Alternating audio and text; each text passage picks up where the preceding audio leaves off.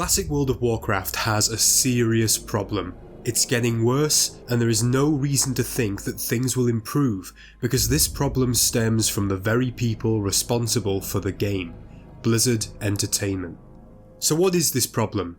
The short answer is monetization and how it drives Blizzard's game development philosophy. But to explain why this is such an issue, we need to dig a little deeper, and that means taking a trip back in time all the way to 2004 and the launch of World of Warcraft, and a very different era of gaming.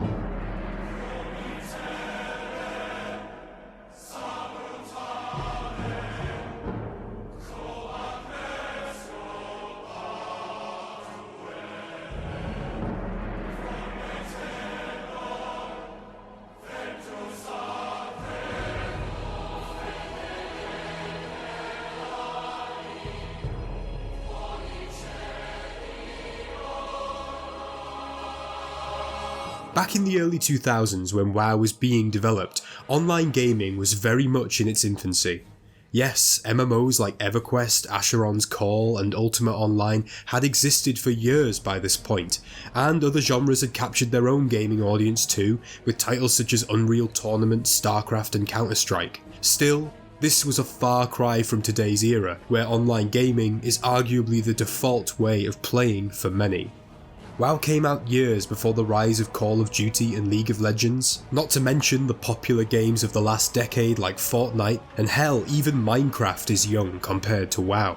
And the relevance of this is that it helps to explain why early WoW was monetized so differently to the online games of today, including modern retail World of Warcraft.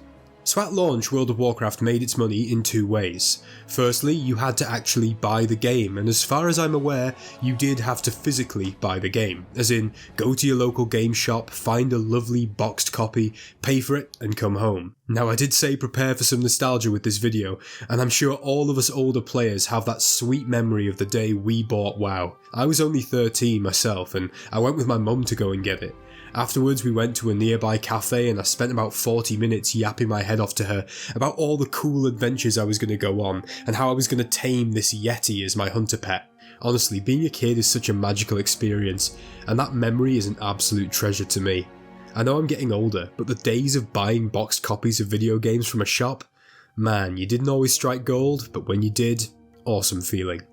So, as I've said, the first method of monetization was actually buying the game itself.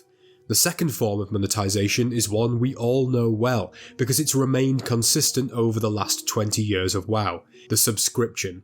Every month, WoW players fork out money to play the game. It says a lot about how different the world was in the early years of Warcraft that many of us had to practically take debating classes in order to convince our parents that paying a monthly online fee for their child to play a video game wasn't a recipe for disaster. In my case, I was only allowed to play WoW if I bought game time cards from the shop, and I did this for years before I switched to paying online. But once you'd figured this stuff out, you had your game, and Blizzard had about as much money as they could reliably squeeze out of you, short of releasing the next boxed expansion. A one-time fee for the boxed copy, and a monthly subscription. That was it. And you know what? It worked really well. Or so we thought. You see, whilst WoW was soaring in the West, growing an audience of millions and playing a pivotal role in the development of online gaming culture, other important innovations were taking place in the East, particularly around monetization. Now, the concept of microtransactions in video games is so widespread now that it feels pointless even explaining it, but back in the days of vanilla WoW, it was essentially unheard of in the West. Some say that MapleStory was the first Eastern MMO to incorporate microtransactions into its monetization, but whatever the case may be, over time the notion that there were more ways to make money from an online game than the initial purchase price and/or subscription fee started to filter its way westward. And it's hardly surprising that these ideas took root as more and more online games followed in WoW's footsteps, carving out their own loyal audiences online as the companies behind them grew and grew.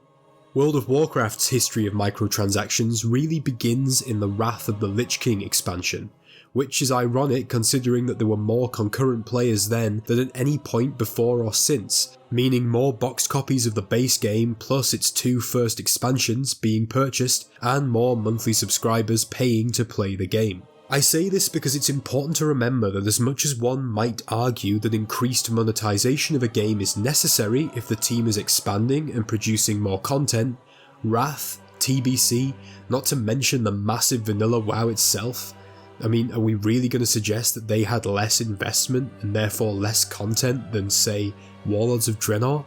Please. At first, the microtransactions in WoW were very micro indeed. Paid game services like name and server changes had been around for some time, but it was the inclusion of the Celestial Steed mount added to the new cash shop in April 2010 that really marked the beginning of a new era. But honestly, none of us really cared that much at the time. It's important to remember that the culture of players was somewhat different back then. Experienced players weren't interested in flying around on a store-bought mount. They wanted Invincible or the time-lost Proto-Drake, something which would show off their skill and dedication to the game. So if you were seen on a store mount back then, all that it indicated to many of us was that you were either new or bad at the game, not that you had something cool.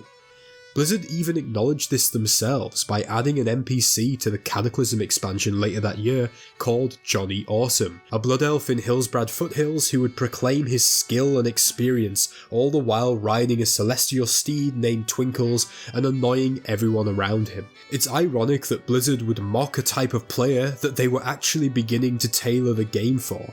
But really, this just goes to show how easy it was for the company to introduce these cosmetic microtransactions. It was a joke, one they themselves were able to acknowledge, and as usual, something which would go on to define the game was allowed to quietly slip in without any real resistance. We've seen this with so many features in WoW, but I doubt when we look back in the years to come, anything will have had as much of an impact as microtransactions, and now I'm honestly wondering, how many Celestial Steeds did Blizzard manage to sell because dumb teenagers thought Johnny Awesome was actually funny? You know what? I don't want to know. Since 2010, microtransactions in WoW have gradually increased with each expansion. More cosmetic items, more mounts, and more services too. Mists of Pandaria was the first expansion to introduce the level boost, allowing players to bypass what was at the time a long and somewhat tedious leveling process, all at the low price of several months worth of subscription money. And it was during the truly exceptional Warlords of Draenor expansion that Blizzard added the WoW token to the game, arguably making it pay to win in the process. If you aren't familiar, the token can be purchased for real money on the cash shop and then sold in-game for gold, which can in turn be used to pay for boosts from other players through challenging endgame content. I know this sounds hard to grasp, deliberately so in my opinion, but what this means is that through a multi-step process, a player could effectively pay real money to gain access to the best gear, titles and achievements in the game, bypassing the challenge of working their way up, and, when you think about it, the very reason for playing the game in the first place. It used to be that people paid to play WoW. It was a great game, and those of us lucky enough to discover it early when we were still kids loved it. Now people pay not to have to play WoW, to skip any and all content deemed too difficult, too time consuming, or worst of all, too reliant on actually working with other players in a massively multiplayer online game. They pay to not play. Madness, I tell you. And finally arriving at the current age of retail WoW, microtransactions have become accepted, however unwillingly, as just a part of the game and the direction it's taken. Some players are happy with it, and others have realised with grim acceptance that the cash shop simply isn't going away.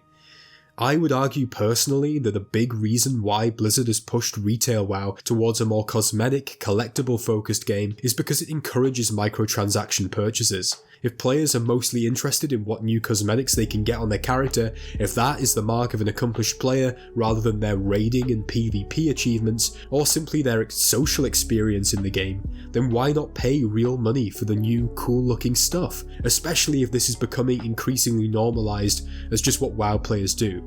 But hey, that's just one of my retail WoW conspiracy theories. But this video isn't about retail, and I can already hear you asking, Vulgrin, what does this have to do with Classic? Why is the monetization history of WoW and the current practices in retail important to Classic WoW, and why is this such a problem?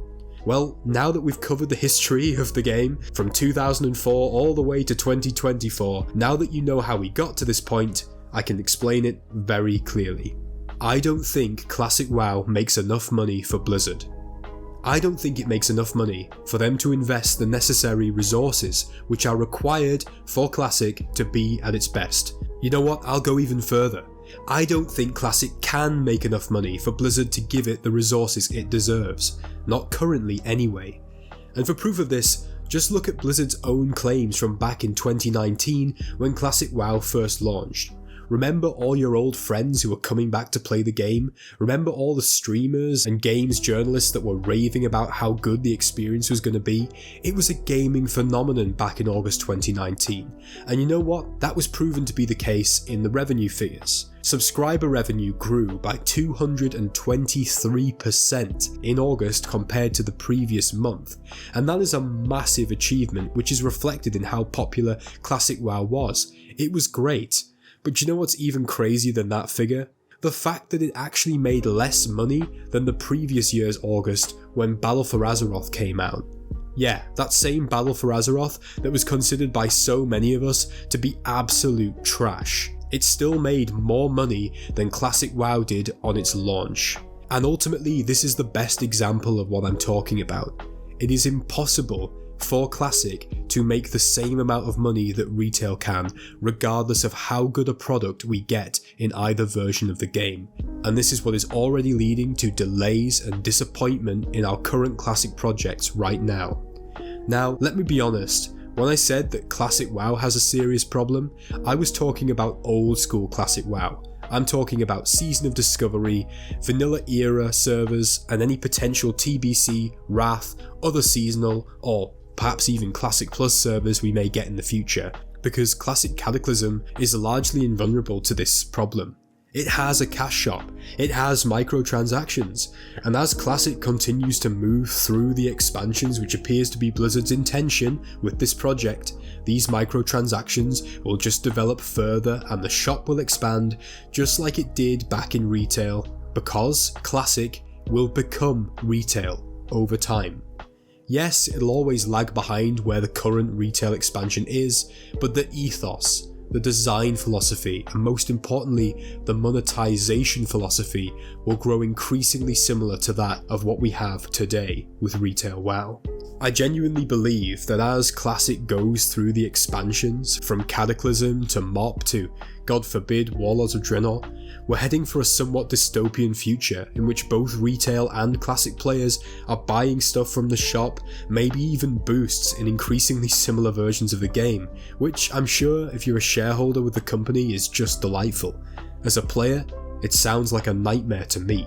How long, I wonder, before the Classic tagline is dropped in favour of something more fitting for such a retail-like game, such as remix or remastered perhaps? But what about the other Classic, the old school versions of WoW? What about the Season of Discovery players, or those who are currently crying out for fresh vanilla, TBC and Wrath servers, for a new progression through the original game? What about those who are actually setting up their own progression projects on Deviant Delight right now because Blizzard won't do it? Many will tell you that Classic WoW as a concept was always rooted in the desire to go back, to return to old pre-Cataclysm Azeroth. Yes, people were split on whether they just wanted vanilla or progression through to the end of Wrath, but there was always an understanding that the term Classic, in reference to World of Warcraft, has always referred to the original trilogy of Vanilla WoW, The Burning Crusade, and Wrath of the Lich King. What are the prospects then for these versions of the game, and, dare I say it, what about Classic Plus?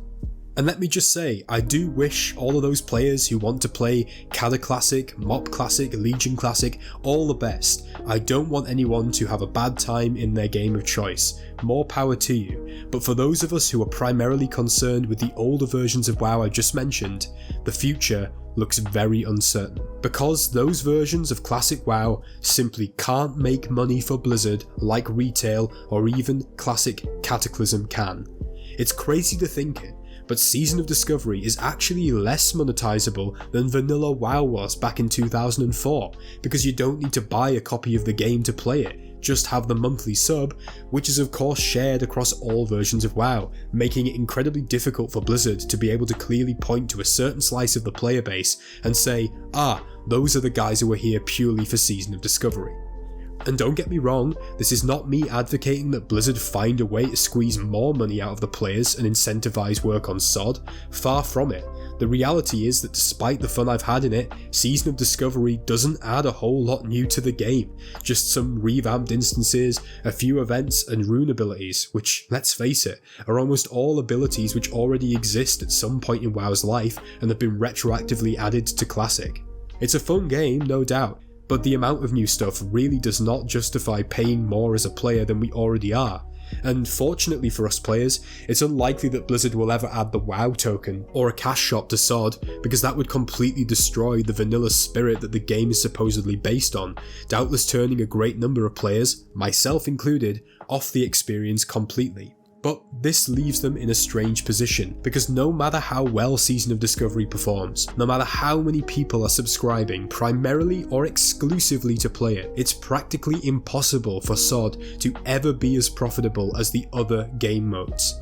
All it takes is a returning retail player to purchase alongside their monthly sub a few cosmetic items from the store or a character boost, possibly a server transfer or two, and before you know it, that one retail player has put more money into Blizzard's pocket in a single day than half a dozen Season of Discovery players do in a month. The same applies to vanilla era, hardcore, and, should Blizzard ever listen, the fresh TBC and Wrath servers that many players are crying out for right now. And this explains to me why we don't have Phase 4 of SOD yet, why we don't have a new set of fresh classic servers, and why such efforts have been made to subliminally encourage players to focus on Cadder or Mop Remix or preparing for the War Within, instead of wondering when they'll get an update on their game, and why Phase 4 for SOD seems so lackluster already despite its delay. All of it, comes down to monetization, to profit margins, and Blizzard's sheer disinterest. And the worst part of all of this is that I'm certain these versions of World of Warcraft, the era servers, Season of Discovery hardcore, are still very profitable.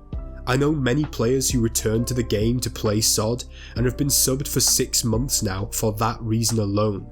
We know millions of players worldwide returned for Classic in 2019 because they wanted to experience the joy of old WoW once more, and that 220% increase in sub revenue, that's gotta count for something, right? It would cost nothing more than maintenance fees for there to be a few new old school WoW servers for Wrath, Era and TBC, and I don't doubt there would be tens of thousands of subbing players as a minimum who would play these versions of the game. We're seeing players organise their own server projects as we speak. Old school WoW is still very profitable, and in 2004, that would have been enough for Blizzard. But now, I'm not so sure. But hey, maybe I'm wrong, maybe this is just a big conspiracy theory. Phase 4 of SOD will be a massive experience which paves the way for a fully developed, fully resourced Classic Plus. But honestly, I doubt it, and I'm not holding my breath. In fact, sadly for the first time in well over a year, I'm barely even playing WoW at the moment, because Blizzard, as much as you might wish it, we don't all want to play Kata or Mop Remix, and we're not all desperate to play the War Within when it comes out. I wish those players who do the very best, and I hope their gaming experience is great, but there are many of us who just want to play old school WoW, who campaigned for that version of Classic for years, and who don't want to see it die because small teams of hobbyist private server developers put more time, resources and passion into their Classic projects than you do, Blizzard. Anyway, Sorry if this was a bit of a rant, guys. I've been quite frustrated with the game for some time, and the fact that despite wanting to make new content, wanting to play with my friends and you guys, I feel that Classic hasn't delivered the game environment to do that in recent months. I'm not prepared to pretend that it's all sunshine and rainbows for some perceived benefits to my YouTube channel. I'll always tell you how it is and keep the passion alive here. Let me know what you think about the state of the game, what you're playing, and what expectations you have for the future of Classic WoW. Am I being unreasonable, overly cynical, or do you agree with my appraisal of the situation? Remember to check me out on Twitch if you want to chat with me live. I stream every Monday and Friday at 7 PM UK time. As always, I've been Vulgrin, and until next time my friends, take care of yourselves. Bye bye!